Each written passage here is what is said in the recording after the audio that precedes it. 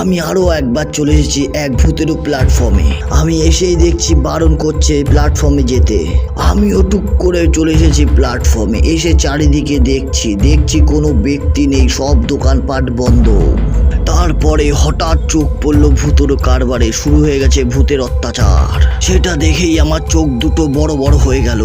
তারপরেই আমি ওখান থেকে কেটে চলে আসলাম আমি সিঁড়িতে। সিঁড়িটা দেখলাম ভূতে ধরেছে। সিঁড়িটা আপনি একা একা উঠে যাচ্ছে। তখনই আমি একটা কাগজ ছুঁড়ে দিই।